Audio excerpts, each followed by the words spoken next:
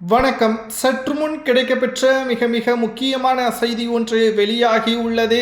ஆக்ஷனில் இறங்கிய ஸ்டாலின் மாவட்ட செயலாளர்கள் குறுநில மன்னர்களாக மாஜி அமைச்சர்கள் அனைவரையும் தற்பொழுது கூண்டோடு கட்சியிலிருந்து நீக்க முடிவுகளை செய்துள்ளாரா ஸ்டாலின்? வெளியான தகவலால் பரபரப்பு. நண்பர்களே, இந்த வீடியோவிற்கு ஒரே ஒரு லைக் மற்றும் சப்ஸ்கிரைப் பண்ணிருங்க. திமுகவின் தோல்வி நிச்சயம் ஸ்டாலின் அவர்களது மனதில் நீங்காத ஒரு காயமாக மாறிவிட்டது. 2 ஆண்டுகளில் ஆட்சியை கைப்பற்றிய முதல்வர் விஜய் அவர்கள் இதற்கு என்ன காரணம்? பாரம்பரியமான கட்சி, மக்களது வரவேற்பு பெற்ற கட்சி என்று ஸ்டாலினை பல மேடைகளில் கூறியிருந்தார் அவர் முதல்வராக இருந்த பொழுது. ஆனால் எதிர்பாராத ஒரு தோல்வி, மிகப்பெரிய ஒரு தோல்வி, கொளத்தூர் தொகுதியில் மிகப்பெரிய ஒரு தோல்வி. தற்பொழுது இதற்கெல்லாம் என்ன காரணம் என்பதை கண்டறிவதற்கு நேரடியாக 38 நபர்கள் கொண்ட உயர்மட்ட குழு ஒன்றை தயார் செய்து நேரடியாக ஸ்டாலின் கட்டுப்பாட்டில் அது கொண்டு வரப்பட்டது. உதயநிதியோ, சேகர் பாபுவோ, சபரீசனோ யாரும் இதில் தலையிடக்கூடாது. முதல்வராக வர முடியாத ஒரு விரக்தியில் இருந்த ஸ்டாலின் அவர்களுக்கு இந்த குழு நேரடியான அனைத்து விதமான நடவடிக்கைகளையும், எதற்கான தோல்வி என்ற அறிக்கைகளையும் ஸ்டாலினிடம் மட்டும்தான் ஒப்படைக்க வேண்டும் என்ற கட்டளையும் இடப்பட்டது. மேலும் 234 தொகுதிகளிலும் உயர்மட்ட குழு விசாரணை நடத்தியது. அதில் அதிர்ச்சியான பல தகவல்களும் வெளியானது. அதில் குறிப்பாக ஒவ்வொரு மாவட்டங்களிலும் குறுநில மன்னர்களாக மாஜி அமைச்சர்கள் செயல்பட்டனர். அந்த தொகுதியில் என்ன திட்டங்கள் கொண்டு வர வேண்டும், எந்த திட்டங்களுக்கு எந்த நிறுவனங்கள் அதை செயல்படுத்த வேண்டும், அந்த நிறுவனங்களிடம் இருந்து கமிஷன் தொகை எவ்வளவு பெற வேண்டும் என்பதையெல்லாம் அந்த குறுநில மன்னர்களாக மாஜி அமைச்சர்களும் மாவட்ட செயலாளர்களுமே செயல்பட்டார்கள் என்ற தகவலையும் ஆதாரங்களுடன் உயர்மட்ட குழு தற்பொழுது ஸ்டாலின் அவர்களிடம் ஒப்படைத்துள்ளது. இதை பார்த்த ஸ்டாலின் அவர்கள் அதிர்ச்சியடைந்துள்ளார். ஒவ்வொரு தொகுதிகளிலும் சுமார் 60 முதல் 100 கோடி வரை செலவுகளை செய்ய திட்டமிட்டிருந்தார். ஆனால் அந்த பணங்கள் எல்லாம் மக்களுக்கு நேரடியாக செல்லவில்லை. மாவட்ட செயலாளர்கள், கிளை நிர்வாகிகள் அதை மக்களுக்கு கொடுக்காமல் ஏமாற்றிவிட்டார்கள். சில பகுதிகளில் குறிப்பிட்ட சமூகத்தின் ஆதரவுகள் திமுகவிற்கு விழவே இல்லை. அது மாவட்ட செயலாளர்கள் செய்த துரோகம்தான் என்ற குற்றச்சாட்டுகளையும் ஆதாரங்களுடன் அந்த உயர்மட்ட குழு உறுப்பினர்கள் நேரடியான அனைத்து ஆவணங்களையும் ஸ்டாலினிடம் சமர்ப்பித்துவிட்டனர். இதை பார்த்தவுடன் ஸ்டாலின் அவர்கள் உடனடியாக மாவட்ட நிர்வாகிகள், மாஜி அமைச்சர்களது ஆலோசனை கூட்டத்தை கூட்ட திட்டமிட்டுள்ளார். இந்த கூட்டத்தின் பொழுது என்ன நடக்கும் என்பது தற்பொழுது நமக்கு கிடைக்கப்பெற்றுள்ளது. வயதாக இருக்கக்கூடிய அனைத்து மூத்த நிர்வாகிகளும் கட்சியின் ஆலோசகர்களாக தான் இருக்க வேண்டும். புதிய நபர்களை தற்பொழுது நியமிக்க உள்ளதாகவும், அந்த நபர்கள் அனைவரும் தனது நேரடியான கட்டுப்பாட்டில் இருக்க வேண்டும். அப்பொழுதுதான் வரக்கூடிய தேர்தல்கள் அனைத்திலும் நாம் வெற்றியடைய முடியும் என்பதை ஸ்டாலின் அவர்கள் மனதில் வைத்திருக்கிறார். அது வரக்கூடிய மாவட்ட செயலாளர்கள் கூட்டத்தில் அதை பற்றி பேசப் போகிறார் என்ற தகவலும் கிடைக்கப்பெற்றுள்ளது. சொன்னதை திமுக நிர்வாகிகள் கடைபிடித்திருந்தாலே நிச்சயம் மிக பெரிய அளவிலான மாற்றங்களை தமிழக அரசியலில் உருவாக்கி இருக்க முடியும். ஆனால் எப்படியும் திமுக தான் ஆட்சி அமைக்கும். மக்கள் திமுகவின் மீது தான் நம்பிக்கை வைத்திருக்கிறார்கள். மாதம் பெண்கள் 1000 ரூபாயை பெற்றுக்கொண்டிருக்கிறார்கள்.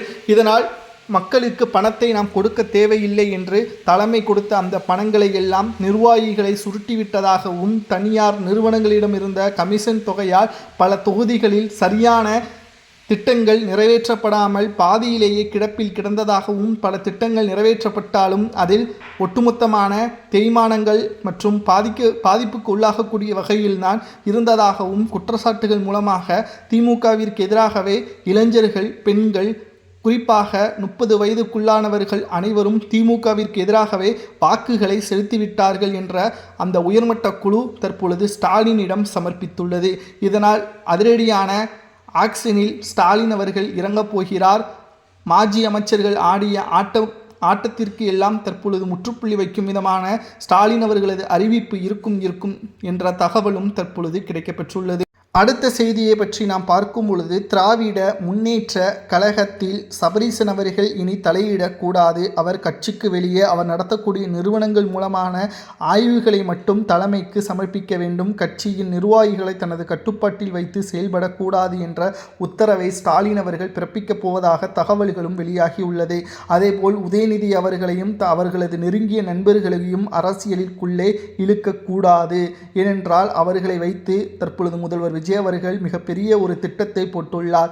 நேரடியாக ஸ்டாலினையோ அல்லது சபரீசனையோ உதயநிதியையோ கைது நடவடிக்கை மேற்கொண்டால் அது திமுகவின் தொண்டர்கள் எப்பேற்பட்ட ஒரு மாற்றத்தை கொண்டு வருவார்கள், அதை வைத்து எப்படி ஒரு அரசியலை செய்வார்கள் என்பது விஜய் அவர்களுக்கு நன்றாகவே தெரிந்துவிட்டது. இதனால் 3வது 4வது நபர்களை கைது நடவடிக்கை மேற்கொண்டு அவர்கள் கொடுக்கின்ற வாக்குமூலத்தை வைத்து நேரடியாக உதயநிதியையும் சபரீசனையும் கைது நடவடிக்கை மேற்கொள்ள திட்டங்களை தற்பொழுது போடப்பட்டுள்ளது. இதன் மூலமாகத்தான் மாஜி அமைச்சர் KN நேரு அவர்கள் மீது FIR பதிவு செய்யப்பட்ட நிலையில் அந்த FIRல் 8வது அக்யூஸ்டாக உதயநிதியின் நெருங்கிய நண்பர் ரித்தீஷ் அவர்கள் இடம்பெற்றார் என்பதை நாம் ஏற்கனவே பார்த்தோம். அவர் தற்பொழுது வாக்குமூலங்களை கொடுத்துள்ளாராம். அந்த வாக்குமூலங்களில் என்ன கூறியுள்ளார் தெரியுமா? ஸ்டாலின் அவர்களது மகன் உதயநிதி அவர்கள் என்னிடம் பல கோடிகளை கொடுத்துள்ளார். அதை வைத்து நான் தயாரிப்பு நிறுவனத்தை நடத்தினேன். அதில் வந்த படத்தில் லாபத்தை நாங்கள் அதிகமாகவே காட்டினோம். அது வெள்ளைப்பணமாக மாறியது. உதயநிதி அவர்கள் நடத்தக்கூடிய அந்த தனியார் ஒட்டுமொத்தமான நன்கொடை செலுத்தக்கூடிய வகையிலான இருக்கக்கூடிய அந்த நிறுவனங்களுக்கு நாங்கள் வழங்கினோம். அது மூலமாக அவர்கள் வெள்ளைப்பணத்தை கருப்பு பணத்தை வெள்ளைப்பணமாக மாற்றுகிறார்கள் என்ற குற்றச்சாட்டை ஆதாரங்களுடன் CBI துறை அதிகாரிகள் அமலாக்கத்துறை அதிகாரிகளிடம் கொடுப்பதாக தகவல்களும் தற்பொழுது கிடைக்கப்பெற்றுள்ளது. இது உண்மையாக இருந்தால் நிச்சயம் ஸ்டாலின் அவர்கள் நினைத்து பார்க்க முடியாத அளவிற்கு திமுகவில் தோல்வியை தழுவார். திமுக உட்கட்டமைப்பு சீட்டுக்கட்டு சரிவது போல சரிந்துவிடும் என்ற தகவலையும் நம்மால் பார்க்க முடிகிறது. ஸ்டாலின் அவர்களுக்கு மிகப்பெரிய ஒரு தலைவலியாக தனது மகனும் மருமகனும் மாஜி அமைச்சர்களும் தங்களது பேச்சை கேட்காமல் தான் இவ்வாறு செய்துவிட்டார்கள். இதன் மூலமாகத்தான் திமுக தோல்வியடைந்து விட்டதாக தகவல்களையும் தற்பொழுது நம்மால் பார்க்க முடிகிறது. ஸ்டாலின் அவர்களது மனதில் கடந்த 30 நாட்களாக காயங்கள் என்றால் அது விஜய் அவர்களை முதல்வராக ஏற்றுக்கொள்ள முடியாமல் செல்லக்கூடிய எந்த ஒரு மேடையாக இருந்தாலும் தாவேகாவின் ஆட்சி கவிழும் என்றேதான் கூறி வருகிறார். ஆனால் அது ஒருபோதும் நடக்காது என்று திமுகவின் கூட்டணியில் இருந்த இடதுசாரிகள், காங்கிரஸ், முஸ்லீம் லீக், VCK போன்ற கட்சிகள் கூறிவிட்டது. அடுத்த 5 ஆண்டுகள் விஜய் தான் முதல்வர், அதில் எந்த ஒரு மாற்று கருத்தும் கிடையாது என்பதை தெள்ளத்தெளிவாக கூட்டணி கட்சிகளை தெரிவித்திருப்பதால் ஸ்டாலின் அவர்கள் மனம் தாங்க முடியாமல் தான் கூறுகிறார். அதை பெரிதுபடுத்த வேண்டாம் என்று தாவேகாவின் நிர்வாகிகளை மற்றும் முக்கியமான அமைச்சர்களை தற்பொழுது கருத்துக்களையும் பதிவுகளையும் மேற்கொண்டு வருகிறார்கள். நிச்சயம் இது ஸ்டாலின் அவர்களுக்கு மிகப்பெரிய ஒரு சோதனையாக இருந்தாலும் கூட அவர் தனது நிர்வாக கட்டமைப்புகளை சரியாக செய்யாததுதான் இப்பேற்பட்ட தோல்விற்கு முக்கியமான காரணம் என்ற செய்திகளை பற்றியான கருத்துக்களை மறக்காமல் கமெண்ட் வாயிலாக கூறுங்கள். இது போன்ற அரசியல் செய்திகளை தெரிந்து கொள்ள நமது சேனலுக்கு ஒரே ஒரு லைக் மற்றும் சப்ஸ்கிரைப் பண்ணிருங்க. நன்றி, வணக்கம்.